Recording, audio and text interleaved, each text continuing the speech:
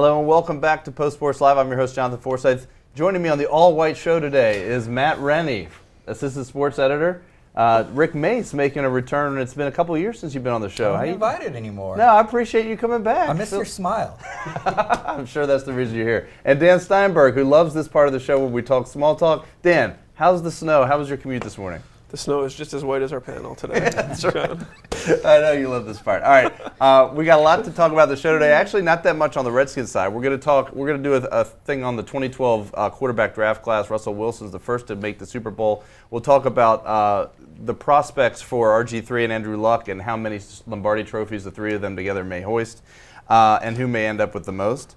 We're going to talk about the Capitals on a 5-game losing skid. Just sending Grubauer back down to Hershey, so the goalie situation is a little bit more settled now than it had been. We'll talk about whether that was a distraction leading to this recent skid. We're going to talk about, I should go back to NFL, we'll talk about Richard Sherman and get your guys' thoughts on whether or not you feel like that's a surprise that sort of thing doesn't happen more often in the heat of the moment in the game and post-game interviews.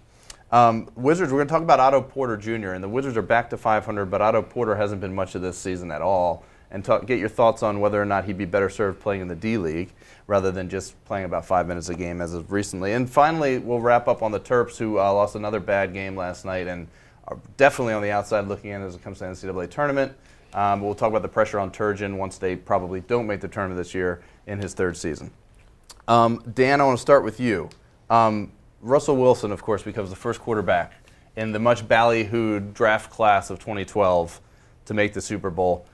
Which of the three other classmates, Wilson, Luck, or RG3, do you think will end up with the most Lombardi trophies?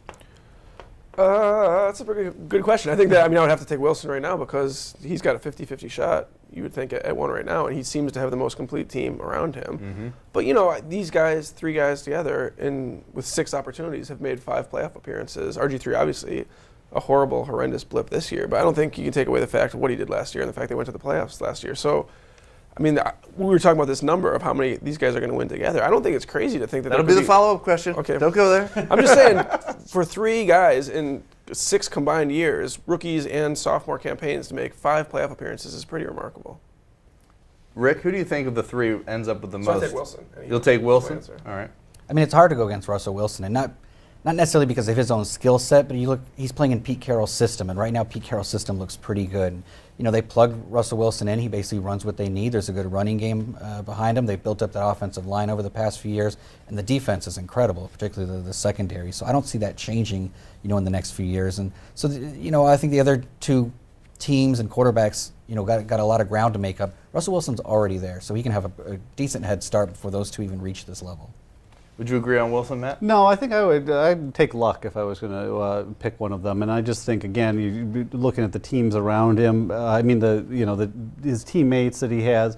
I think Luck is really. I think you saw him start at a pretty high level and really made a bigger step forward, maybe even than the other 2 did. Whereas Wilson was a consistent performer. Obviously, Griffin had different issues with the injury and everything like that. But I think Luck really took it to even a higher level in his sophomore year than the other 2 did, and I think that fares well for the Colts in the future. I'd agree on Luck for the record, just to make it a 2-2. Not that I'm part of this tiebreaker, but if the point was, if it is Russell Wilson and the supporting cast, and they're able to get home field advantage the next few years, keeping this team mostly intact, I think it would be difficult to sort of go over Wilson. Let me ask you guys this: between the 3 combined, look at the aggregate. How many Lombardi trophies, Dan, to where you were going a little bit earlier, do you think these 3 can win in their cares? Yeah, and the other thing is a lot of times they're grouped with Kaepernick, who's obviously a third-year guy, but a second-year starter, and who's had similar success. Forecasting the future is so ridiculously hard, but I don't think 4 or 5 seem like a realistic number. Luck is the number 1 overall pick in a quarterback-heavy draft and has played like he deserved that. Wilson is on arguably the best team in the NFC right now, and RG3 had one of the best rookie seasons in NFL history. I don't think 4 or 5. If these guys all play for 10 years, that seems reasonable to me. 4 or 5 Super Bowls. What do you think, Rick? I think 3 or 4 sounds the most likely. If you look at any grouping of similar age quarterbacks, let's say Peyton and Brady, and then you can mix in any third one you want, Drew Brees or Aaron Rodgers. It's hard to really get above 4 or 5. So, you give one of them a couple and hope maybe the other two grab one apiece, and you're still only at 4. Right. It is. The Manning, Brady, plus Rodgers is only 5, right?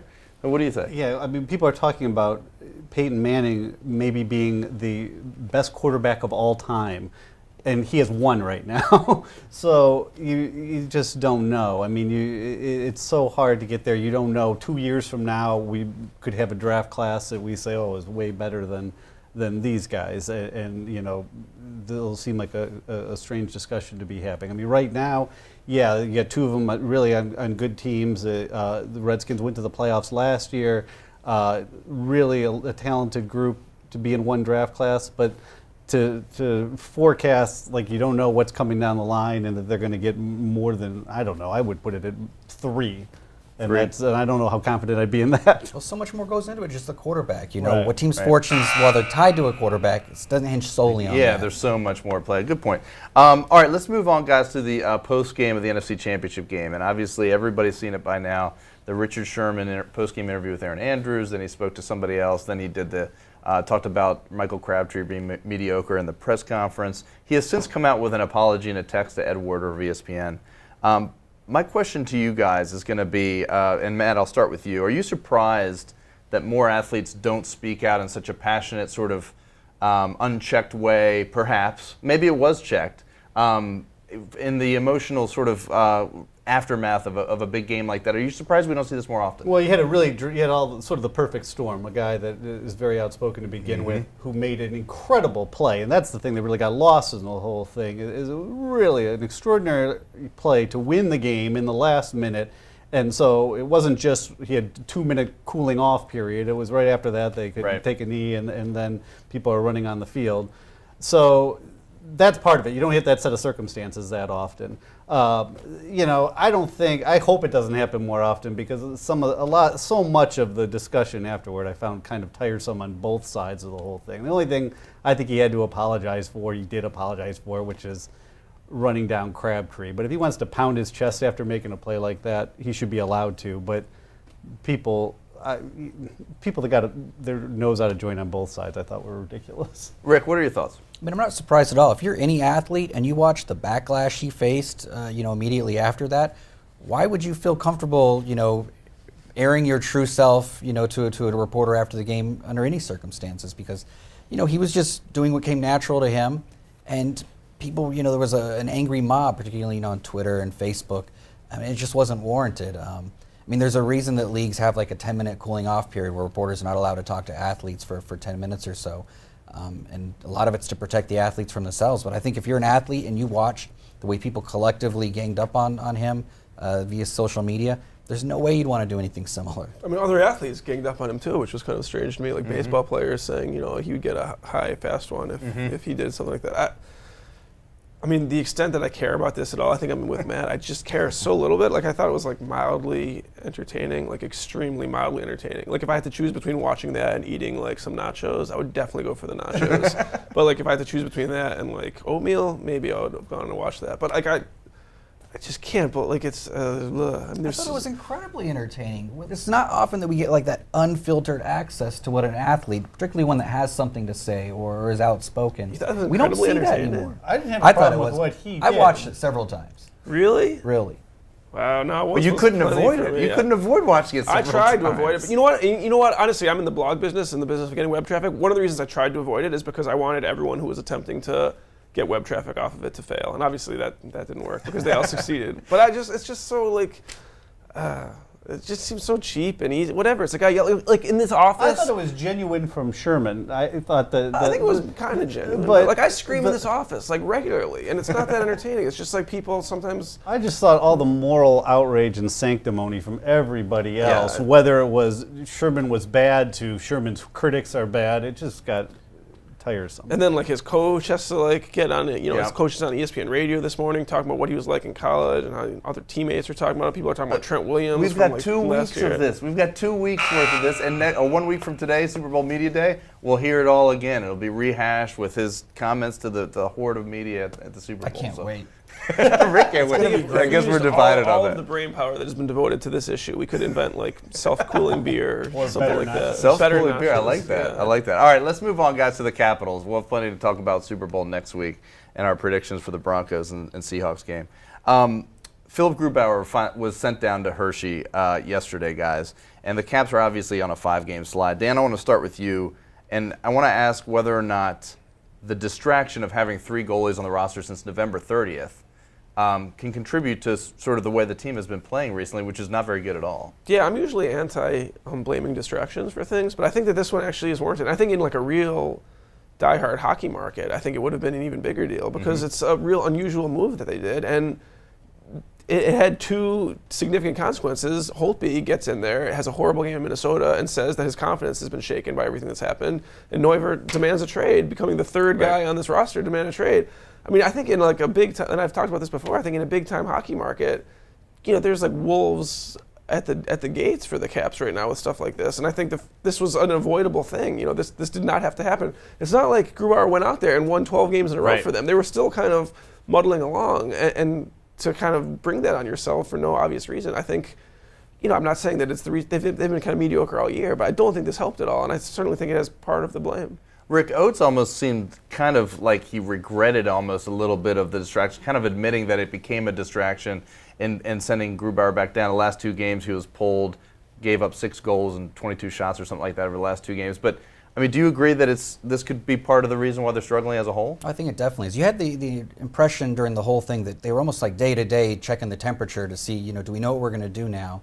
And it just never really got to the point until yesterday that it was like, okay, time to send one down. And I think it's squandered opportunity. I came into the season thinking that everything leading up to the Olympics, you got to get as many points as possible because you don't know what life's going to be like come March 1st. You don't know what Ovechkin's head's going to be like after the Olympics, and you just can't afford to not have accumulated as many points as possible and put yourself in good position. And they're not in good position now. Right now, they're on the outside looking in, hoping for a wild card spot. And I think you need to give yourself more of a head start.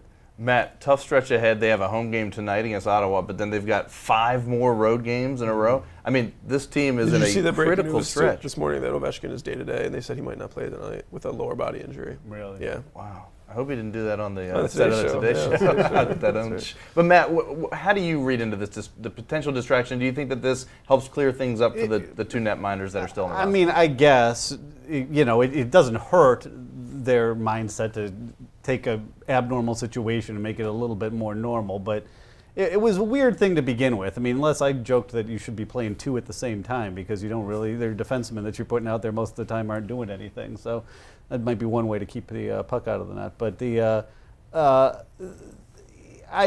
does it solve their problems? No. Does it take away one less problem? I guess so, yes. And, if you think Holtby is a guy that was really being affected by it, and Neuver, I think, who knows? He may have been demanding a trade by this point in the season, no matter what the situation was. Could be. They need an injection of confidence. I'm not sure you're going to get that with these road games coming up, and it's kind of bad timing. It's terrible timing, but on the goalie thing, can I say too? It's not even just the distraction. Holtby mentioned this, I think, in the paper today that. During practice, they have 2 nets. And when you have 3 goalies and 2 nets, there's one of the guys who's not getting as much work as he'd want to get. Just like seeing pucks and getting a feel for the game, I think. I think it sort of matters, and obviously it didn't pay off, or they would have kept doing it. I think. But it's not. But to your point earlier, it's not just about whoever's between the pipes. I mean, this team has given up 4 goals in 5 of their games this month, right. And I mean, they're not scoring enough to keep up with that sort of production. Taking bad penalties. It's on the defense as well. It goes well beyond the netminder. Can I say too, like demanding a trade is not what it used to be. I mean, we've got 3 guys who demanded a trade, and none of them got traded. It just seems like an ineffectual move. If you're not gonna... Isn't it more common in the NHL? Doesn't it happen more in the NHL than it does in other leagues? Maybe, but depends on your general manager a little bit. I'm not sure Jordan McPhee has a history of making great trades to really bolster the roster. It's interesting. I mean, it's worth looking back on. There's a lot of moves that they've made around the trade deadline that were praised at the time, and then in retrospect, a lot of times those guys aren't on the roster the next fall, right. And the team isn't playing in the second round of the playoffs. Look at that! That was perfect timing, man. This team. There's some good chemistry here. All right, let's move on to the Wizards, guys. And they're back to 500. Can they get over 500 on Wednesday against the Celtics? I think it's when they're going to break through finally. But the question here I'm going to focus on is Otto Porter Jr. And Matt, I want to start with you on this one. the question's simple. Would he be better served playing the D-League? He's averaging less than 5 minutes in his last 6 games. Not much of a stat line, not contributing much. Would he be better served in the D-League? I mean, you always have to figure that somebody is better off playing than not playing. In terms of learning to play basketball, it's easier to learn that by playing basketball. So in that sense, I would think, especially because it's not like Porter was somebody whose your concern was, well, he needs the maturity to learn what it is to be a pro, to deal with a long season, to conduct himself on the road. And that was never a concern with this guy, the way it might have been if you were drafting a, I don't know, 19-year-old that, maybe hadn't had a whole lot of maturity. So, yeah, I guess in that sense, we never always know health status, whether we're getting the full story on everything and how much of a toll the injury took and whether he's completely back in that regard. So it's almost like next year is going to be his rookie year in a lot of ways. I feel like this was a lost year. But to your point, could it be less of a lost year if he was playing in the D-League? I don't see how it could have been really any worse or more that could have been lost. Rick, what are your thoughts? Isn't this what the D-League is for? Well, I mean, I think more and more teams are starting to talk about utilizing it this way. I mean, what are you missing by not putting him down there? Maybe hurting his confidence? Well, you're not gaining confidence sitting on the bench anyway. And I think we're finding more examples of guys that go down, have a few good games. Minnesota's Shabazz Muhammad went down earlier this year. Also to Iowa, I think they share a team with the Wizards. And he went 25 points, 10 rebounds for a few games and gets called back up. So, I mean, there's just so much more reason to send him down than leave him here and have him watch John Wall play. I mean, is there an argument to be made, though, for the practices? Because that's what he was missing out on during training camp with the injury, to just be practicing with the team? I mean, he has been practicing with the team. Has that been helping him much? I don't know. I hate to have, unanimity on the panel, but to me, it's more that we've seen what Otto Porter does. When we saw him last year, he was a really complete player in a lot of ways and really impressive. And I think that's why a lot of people, including me, thought that he would be able to step in and contribute as a role guy right away. And he looks so out of sorts. He just looks like he's never played basketball before at times. It's really bizarre. And he's not taking shots. He's not looking for his shot at all. A lot of times he'll be on there and just be kind of invisible for the few minutes that he does play. So just because I don't think that this is who he is as a basketball player, I'd like to see him get some major minutes and then come back and be that guy that we all thought he was going to be, where he can go on the court and contribute right away.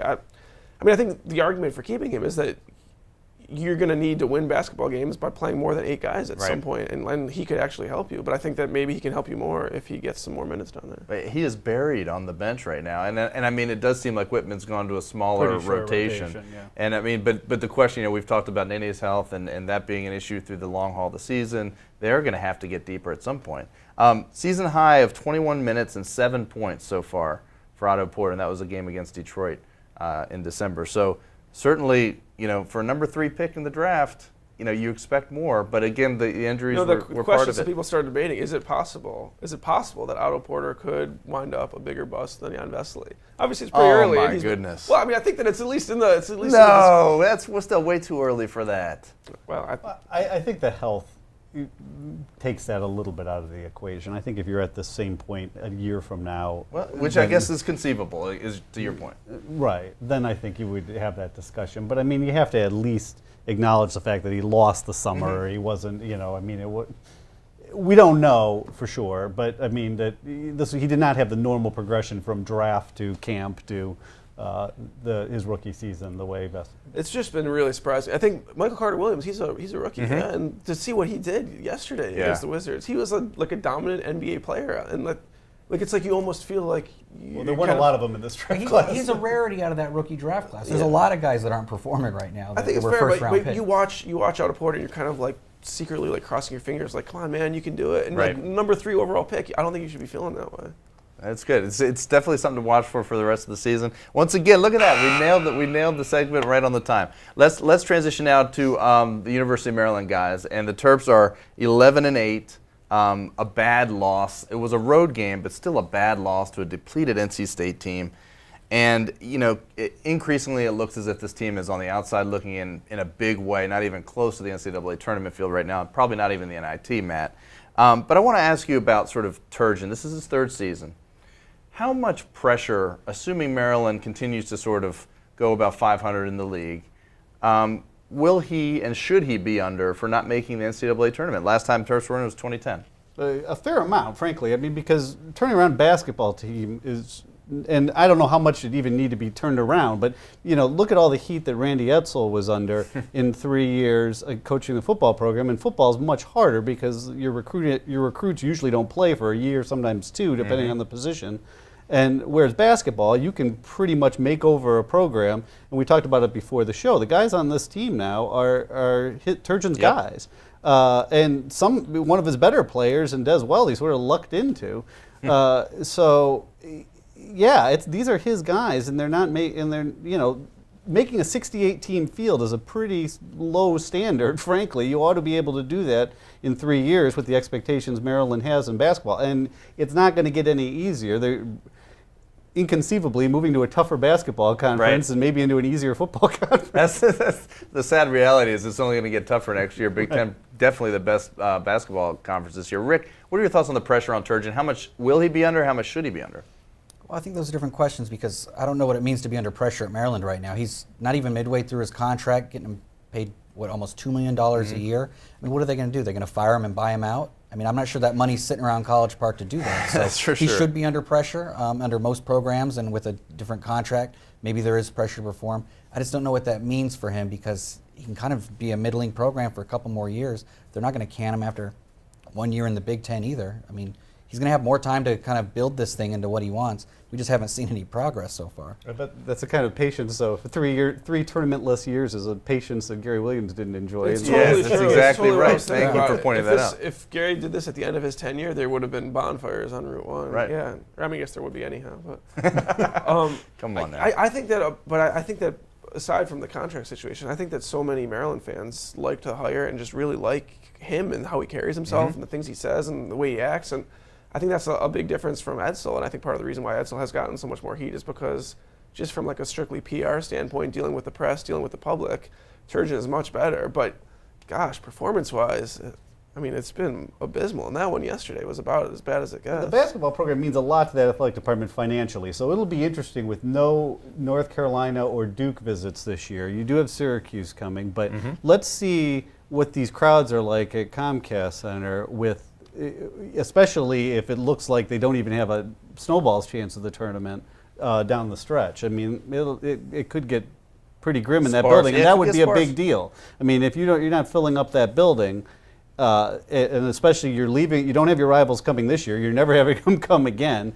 I guess when you have like a number 3 Michigan State come visit, it'll be a big deal, I guess, in the way Syracuse visiting this year will be. But they're starting like a lot of things from scratch now because there's not like built-in passion for any of the opponents certainly, and there's not built-in passion for the program. And the geographic proximity, I mean, doesn't speak to basketball. It's like, you're going to build a big basketball rivalry with Penn State or Rutgers. Nebraska. I mean, yeah. Well, I'm saying the ones that are close by that That's maybe true. you could have some kind of football. Football, I think there might be some hope that, Penn State was always sort of a geographic outlier in the Big Ten, so that could happen. But in basketball, it was not going to be. And certainly, can I say? Yeah, please. This has got to be one of the worst years for local college basketball as a whole in decades. Really, Georgetown, a bad loss to Marquette, and they're not safely in the tournament either. And GW Savage, their sophomore dynamic player, they said he's out 6 to 8 weeks today.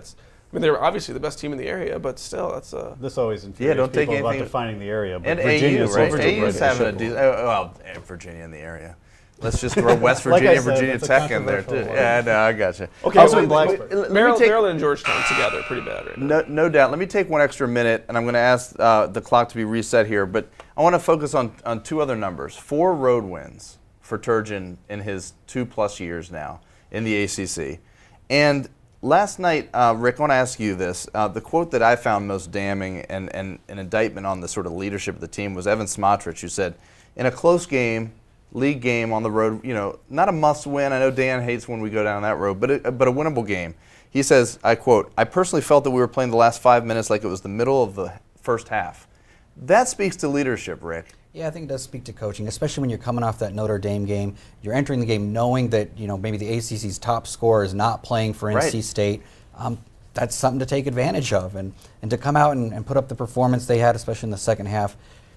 It just doesn't bode well for the future, and it does speak to leadership a little bit. And I don't quite get it, because my impression always is that the kids do like Turgeon. I wouldn't always say that about Gary. He had a way of turning off some kids. So there's no explanation. And I'm kind of sick of hearing Turgeon speak after games and saying, I'm at a loss, because it's ultimately up to him to explain what exactly is going wrong here, because it is going wrong, and especially when they go on the road. You're never going to compete in that conference unless you can pick up some here and there, and they can't do it. And the worst part about it is the ACC is way down this year. Duke, Carolina aren't that good. They might be the 5th or 6th best conference in the country, and Maryland's middling in it. Yeah, right. The Big East teams, the Big East. His teams have gotten better. Both his teams have gotten better in February, I think, as the seasons have gone on. So maybe he's still got time to pull that one out. We'll see. Last year they had the big win against Duke at home, the last home game against Duke. But he needs a tournament bid, though. They need to beat Syracuse. They need to make a run of they might need to win the ACC tournament for all we know. Anyway. Yes, it'll be very interesting to see what happens at the end of this year. Well, for Dan Steinberg, Rick Maese, Matt Rennie, I'm your host, John the Forsythe. Thanks for joining us, guys, on this all-white panel today on Post Sports Live. Stay safe in the snow. We'll see you next Tuesday right here on Post Sports Live. If Wise was on today, he definitely would have done like a Richard Sherman bit where he's like pounding on his chest.